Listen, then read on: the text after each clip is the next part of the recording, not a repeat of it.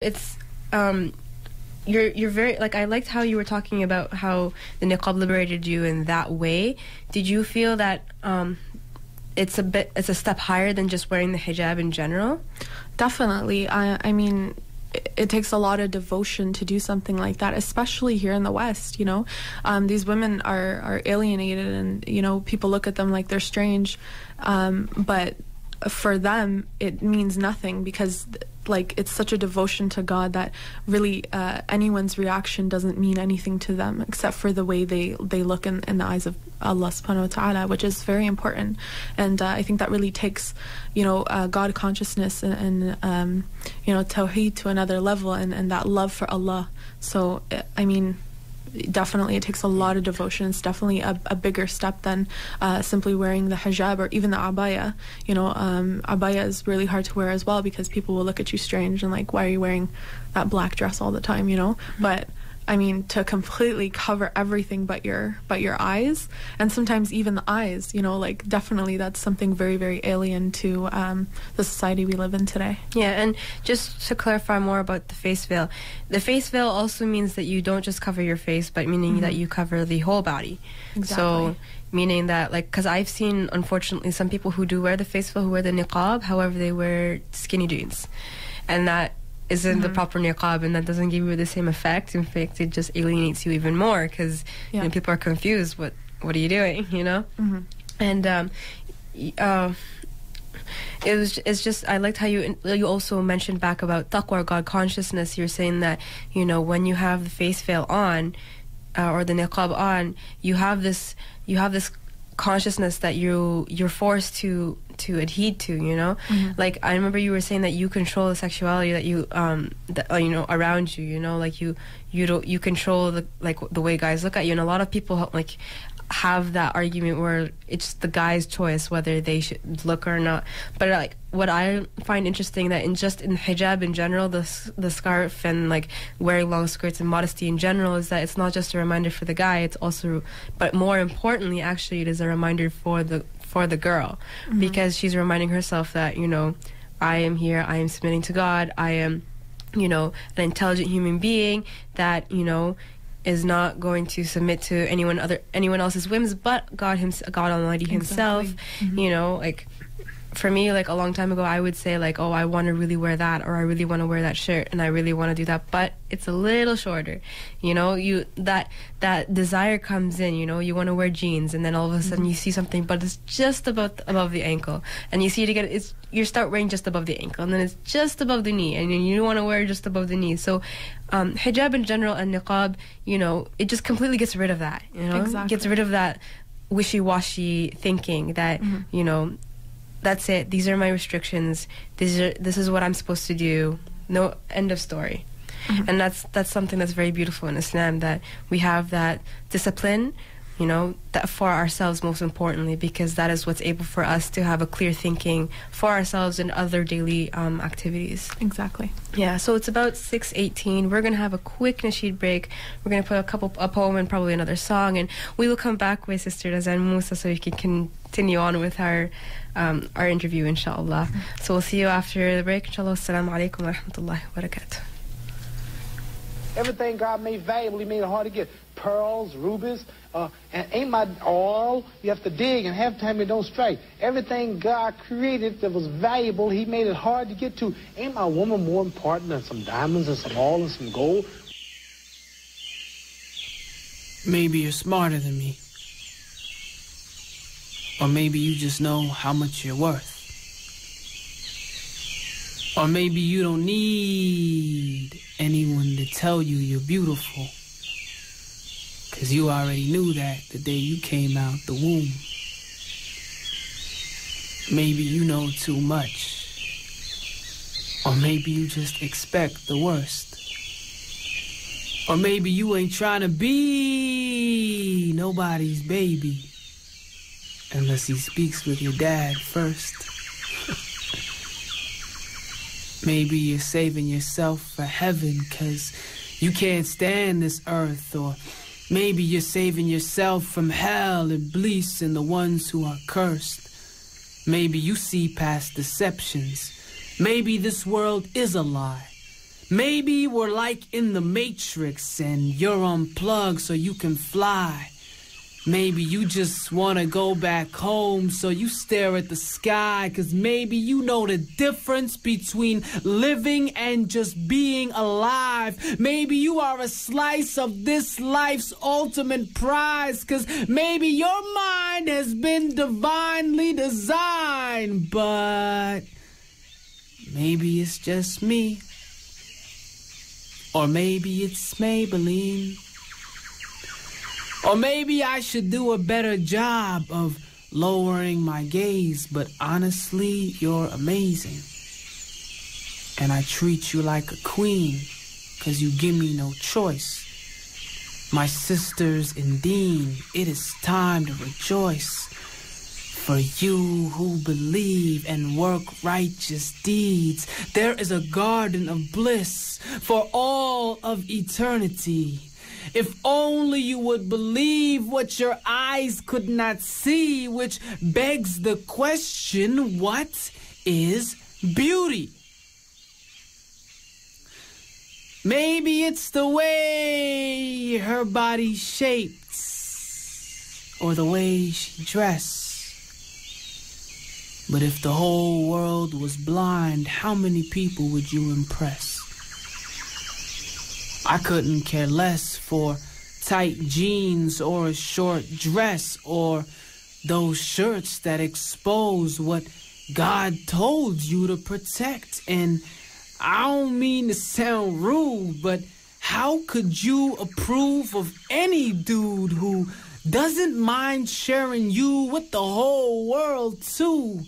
'Cause he probably don't think you're beautiful. He think your booty full, gloss lips with makeup on every single cuticle, and it ain't cute at all. 'Cause if those shoes hurt your feet, why don't you just take them off?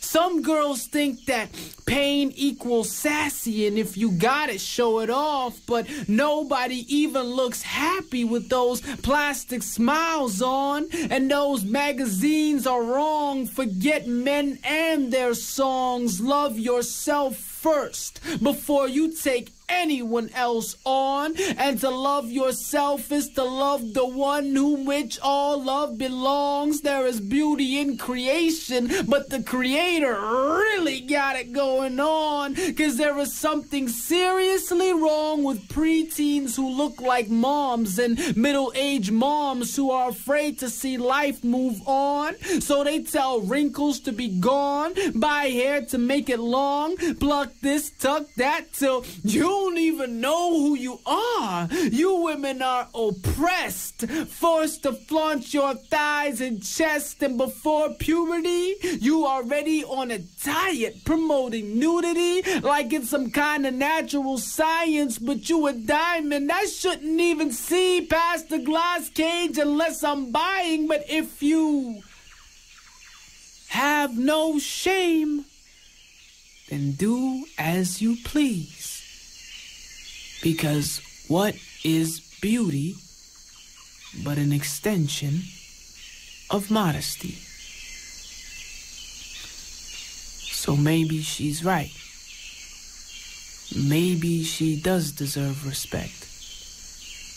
And maybe she walks around feeling like a superhero with that scarf dangling from her neck. Maybe nobody is forcing her to wear it. Maybe she would never leave home without it. And maybe she don't care what other people think, 'cause most people's opinions ain't even valid. Maybe she feels free. Maybe she has peace of mind. And maybe she'll give you a piece of her mind if you step out of line. Maybe she isn't perfect, but maybe she's trying.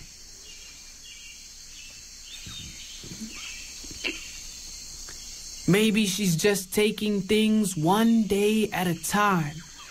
Maybe she laughs, and maybe she cries, and Maybe you would be surprised at everything she keeps inside. Maybe she can hear every single word said by those cowards. Maybe she has no problems defying all those who doubt her. Maybe she is a warrior and the silence is getting louder. Maybe she wears that shield 'cause every single day is a battle. Maybe she is more than the skin she is in. Maybe we should start learning how to love what's within. Maybe God only knows all the places she has been, but maybe she comes back to him again and again. Maybe she's not afraid to die, just afraid not to live. Maybe I am not worthy of everything she can give, 'cause maybe she is kind, sweet, pure, gentle, and suitable, and maybe, just maybe, she is beautiful.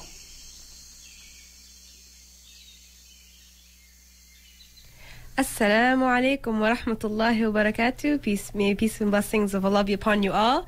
Tuned in into Muslims Live on CHRW 94.9. You're here with your host, Marwa Al-Kinani, and with my guest speaker today is Razan Musa, who we are going to continue for our interview on her experiences on the niqab. Remember, you can see her article at razanmusa.wordpress.com. So to continue on, we were talking about your reaction, how you were liberated at wearing the niqab. I wanted to get more onto now that once you started wearing it, did your behavior change? Did it change your actions at all when you were wearing it? Definitely, and positively, actually.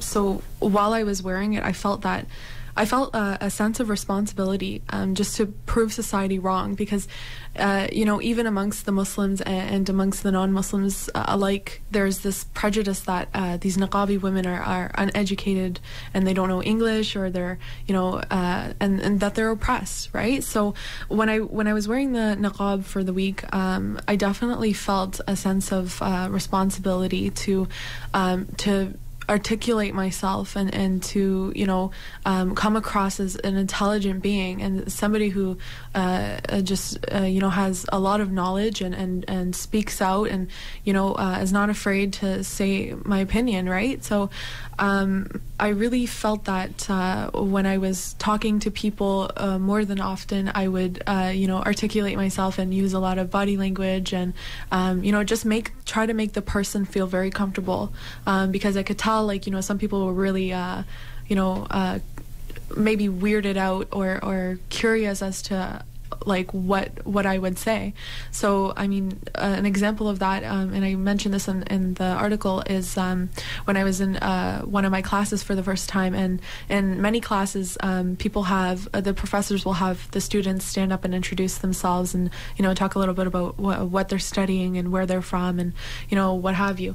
So I could tell that everyone was kind of nervous and waiting for me to speak. So when I spoke up and just articulating myself and introduced myself, I could tell people visibly just easing a little and thinking, wow, okay, well, maybe she sounds like she knows what she's talking about. So that was kind of nice, and it definitely pushed me to do more good deeds and stuff, because I mean, people will never remember my face or who I am, but they'll remember that a woman in a niqab did this for me, or she did that for me, and so I just went out there and just tried my hardest to be as kind as I can to everyone, and it really positively impacted my behavior. That's amazing. And you wrote a lot about how people reacted to you, Muslim and non-Muslim, and that's really interesting to show that how your reaction yourself was very different as well. Some you may get positive, you may get negative, but alhamdulillah, praise be to God, yours was a very positive one. And so my last question for you before we run out of time now is that if you had the opportunity to do it again, would you? Definitely. Through this experience, I definitely have learned so much about myself and my faith, and it's definitely strengthened my iman for the better, and it's definitely something that I would consider in the future and want to revisit, because it strengthened me so much in my iman and my religious beliefs and my God consciousness. Awesome. So we're all out of time now. So we'll thank you, Raza Musa, for coming to talk on the show with us. You can read her article at rezanmosa.wordpress.com to read the full details of her article. Also, just a reminder that just special thanks to our sponsors from Paramount Fine Foods, who is giving us, as of next week, we're going to get prizes, so tune in so that you can call. Jazakumullah khair. Wassalamu alaikum wa rahmatullahi wa barakatuh. This is Marwa Al-Kilani and Raza Musa signing out. Thank you. Assalamu alaikum.